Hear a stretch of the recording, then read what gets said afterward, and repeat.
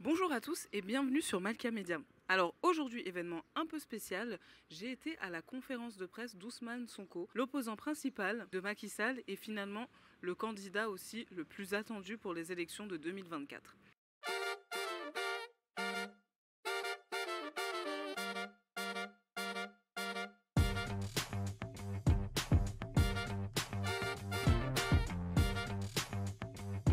Et donc, comme je vous disais précédemment, je suis venue au Sénégal afin de mener ma petite enquête concernant les élections présidentielles de 2024.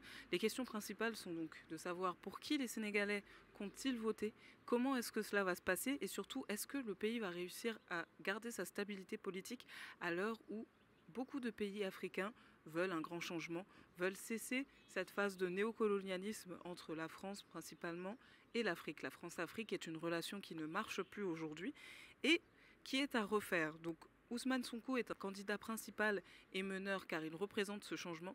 D'ailleurs, il y a quelques jours, il a donné une interview à France 24 où on pouvait voir qu'il avait à côté de lui un portrait de Thomas Sankara. Donc voilà, c'est un personnage vraiment qui se dit être présent pour lutter contre ces contrats qui sont mal négociés entre les pays africains, mais notamment là, sur ce cas précis, le Sénégal et les pays étrangers. Donc il est là pour mettre en avant le Sénégal dans les contrats qui sont négociés avec les pays étrangers, les entreprises étrangères. Donc c'est quelque chose que le peuple entier attend. Ousmane Sonko, pour moi, c'est le bon. Mais moi, je suis optimiste, quoi. Moi, je veux qu'il soit le meilleur président du Sénégal. Ah, oui, il fera un très bon président. Mieux que Macky Sall, Inch'Allah. Mais par contre, je ne suis pas trop confiant, quoi. Utilisons notre cerveau. Quand tu confies à une personne des milliards et il ne touche pas à ces milliards, même un franc, il ne prend même pas un franc sur ces milliards. Mais cet homme, quand tu lui confies un pays, mais est-ce qu'il va faire des magouilles dans ce pays? C'est ça ma question. Je pose la question aux Sénégalais. Si Ousmane Sonko est aussi un candidat principal, un candidat que beaucoup de personnes dans ce pays veulent voir gagner, c'est notamment parce qu'il a su éveiller les consciences de beaucoup de Sénégalais, mettre le débat là où il n'était pas auparavant, à savoir à présenter les richesses, les ressources naturelles du pays. Et donc beaucoup de Sénégalais ont maintenant conscience de cela et veulent voir le pays changer, veulent voir leur pays devenir, comme certains peuvent le dire, j'ai entendu, comme le Qatar, où ils ont su faire du pétrole un véritable atout. Et donc ils aimeraient vraiment se développer. Et dans les sujets principaux, on a la santé, on a la justice, comme Ousmane Sonko le soulevait dans cette conférence de presse aujourd'hui. Parce que ce qu'il faudrait comprendre, c'est que plus que tout autre, c'est avec ce dossier-là que le président Macky Sall est en train de jouer son avenir politique. Je veux bien que les gens le comprennent au niveau national comme au niveau international. Et cette affaire dont Ousmane Sonko parle, c'est l'affaire Adji Sarr, qui était accusée de viol par une jeune masseuse du salon Sweet Beauté. Aujourd'hui, l'affaire retourne tout le Sénégal. Beaucoup pensent que c'est un complot, d'autres soutiennent Adji Sarr, mais le procès est en route. Pour rassurer toutes ces troupes, Ousmane Sonko a donné cette conférence de presse hier, à laquelle je suis allée. Je vous passe encore quelques extraits et on en reparle très vite de cette affaire. Alors qu'il n'y a pas un seul élément à charge. On n'a jamais vu un dossier de ce genre dans l'histoire judiciaire du monde entier. Un dossier qui se présente comme ça et qu'un juge d'instruction ose renvoyer. Il n'a même pas osé suivre la procédure. C'est par mail qu'il a envoyé aux avocats pour leur dire que je renvoie. C'est extrêmement grave. Comment est-ce qu'un juge peut mettre à l'écart le rapport interne de la gendarmerie? Bassirou Gueye a délibérément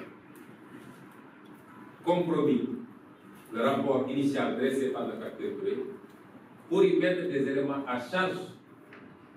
Il est allé jusqu'à y mettre des photos Epson qui n'avaient rien à voir avec le rapport initial. Comment est-ce qu'un juge d'instruction sérieux peut passer sous silence ce certificat médical qui écarte toute possibilité de viol? Je crois que désormais, il faut que tous les Sénégalais sachent qu'ils sont en danger.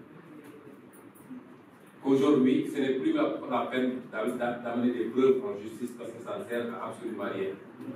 Dès que la commande politique tombe, toute preuve que vous amènerez sera écartée Et votre accusateur n'aura pas besoin d'amener des preuves dès lors que Macky Sall dit que ma volonté, c'est que vous fassiez ceci. Aujourd'hui, notre adversaire, ce n'est plus Macky Sall.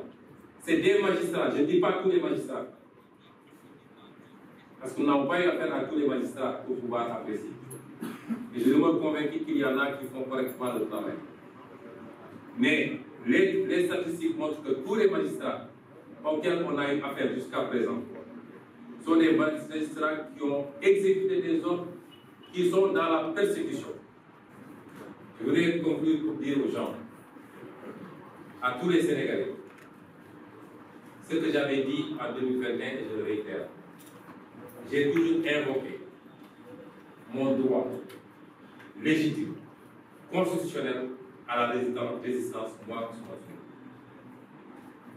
et jusqu'à la fin de ma vie, je résisterai. Nous n'accepterons jamais l'injustice.